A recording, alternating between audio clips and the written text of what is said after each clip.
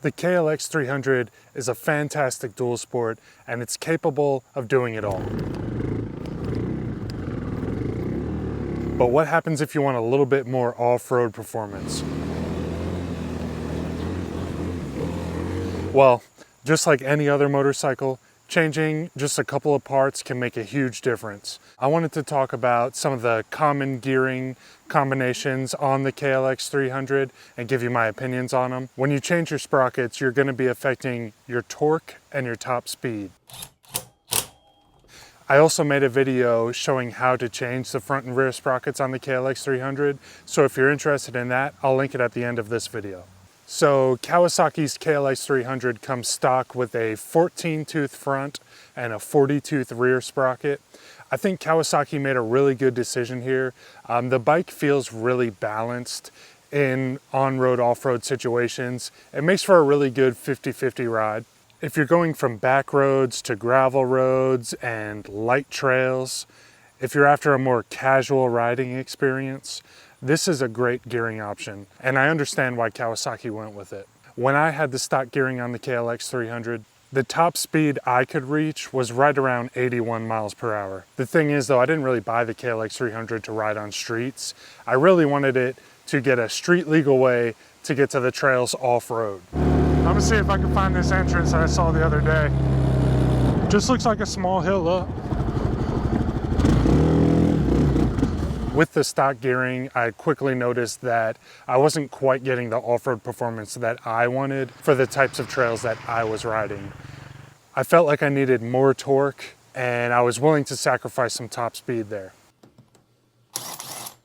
I mentioned this before in a previous video, but when you switch from the stock gearing, which is 1440, to a 13-tooth front sprocket, you get 7.1% more torque and 7.1% less top speed. So this seemed like a really good option for me. Like I said, I was trying to get more off-road.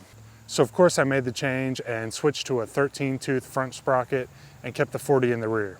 But like I said, if you're interested in more of a casual ride, back roads, dirt roads, 1440 is not gonna do you wrong. Quick pause here. If you're interested in dual sport riding or the KLX 300, please subscribe. It helps my channel so much. So for my use case, the stock gearing felt a little bit gutless. I made the change to get up hills easier, cross obstacles easier, and really go over anything else that comes my way. Dropping a tooth in the front helped off-road performance tremendously. I really enjoyed this sprocket combo. It definitely got me through some tricky trail riding. I felt more confident knowing that first gear would tractor me up almost any hill. The extra torque definitely helped if I needed to pop the front tire up to get over obstacles. And on-road performance was okay as well. I lost some top speed, but I would put my top speed right around between 74 and 76 miles per hour. Really pinned out, going about, speedometer says 75, 76. And the added torque even gave me a little bit more confidence in passing traffic. If you've ridden this motorcycle with stock gearing up hills, you'll notice sometimes it kind of bogs down, and that added torque helped me get up those hills as well. So I put about 850 miles on that sprocket combination, and at that point, the purpose of the KLX 300 was really solidified for me. I realized I spend almost no time on the big highways with this motorcycle. The riding I enjoyed the most was off-road, but I still wanted the KLX to be capable enough to get me to the trails. So I had to make that decision if I was willing to sacrifice even more top speed for even more torque. So that's when I decided to switch the 40-tooth rear sprocket for a 42-tooth rear sprocket. This gave me an additional 4.5% more torque and 4.5% less top speed on top of the changes that were already made when I switched to the 13-tooth front sprocket. So all in all, my KLX 300 now has 11.6% more torque and 11.6% less top speed than the stock KLX 300 gearing option. When I switched to this sprocket combo, my first thought was, okay, now this really does feel like a dirt bike with a license plate. This sprocket combo is great if you want to do some tougher off-road riding on your KLX. I find myself primarily riding in second gear through elevation changes and more technical parts of the trail. Third gear is comfortable for the more open, flowy parts of the trail. And first gear has almost become my emergency gear. If second won't get me up a hill, I know kicking it down into first is going to get me there. Changing to this sprocket combo, and of course changing the tires as well, really makes me feel like I could take on some of the toughest trails on the KLX 300. And I'm not saying you can't do that with stock gearing. Everyone has their own riding style, and this one just suits me best. In the trails, I feel like I could just keep it in second gear for the majority of the ride. Like I said, now that the KLX 300 really just feels like a plated dirt bike, on-road performance has definitely taken a hit. All right, y'all, we're about to do a top speed test with the 1342 gearing. Getting on the highway here. One thing I will say, when you're using this gearing, you have to be very intentional with your shifting. Like, I try not to shift gears until I hit between 8,000 and 9,000 RPMs. You want to get up to speed before you shift gears, otherwise you get kind of stuck.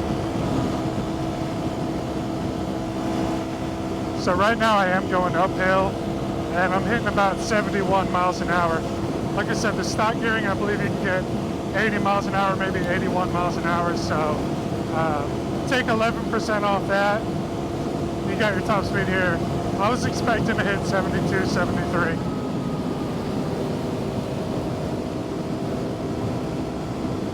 Honestly, with this bike and this gearing, my comfort zone is at between 67 and 70.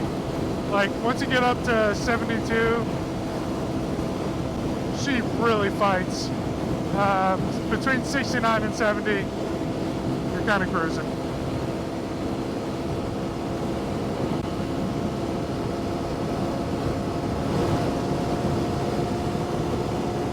I know right now it says 76, but I did just go downhill. It might not look like it on GoPro, but that was a pretty steep downhill. Top speed is down around 72 to 73 miles per hour. Again, this doesn't really bother me much because I'm really never on the big highways.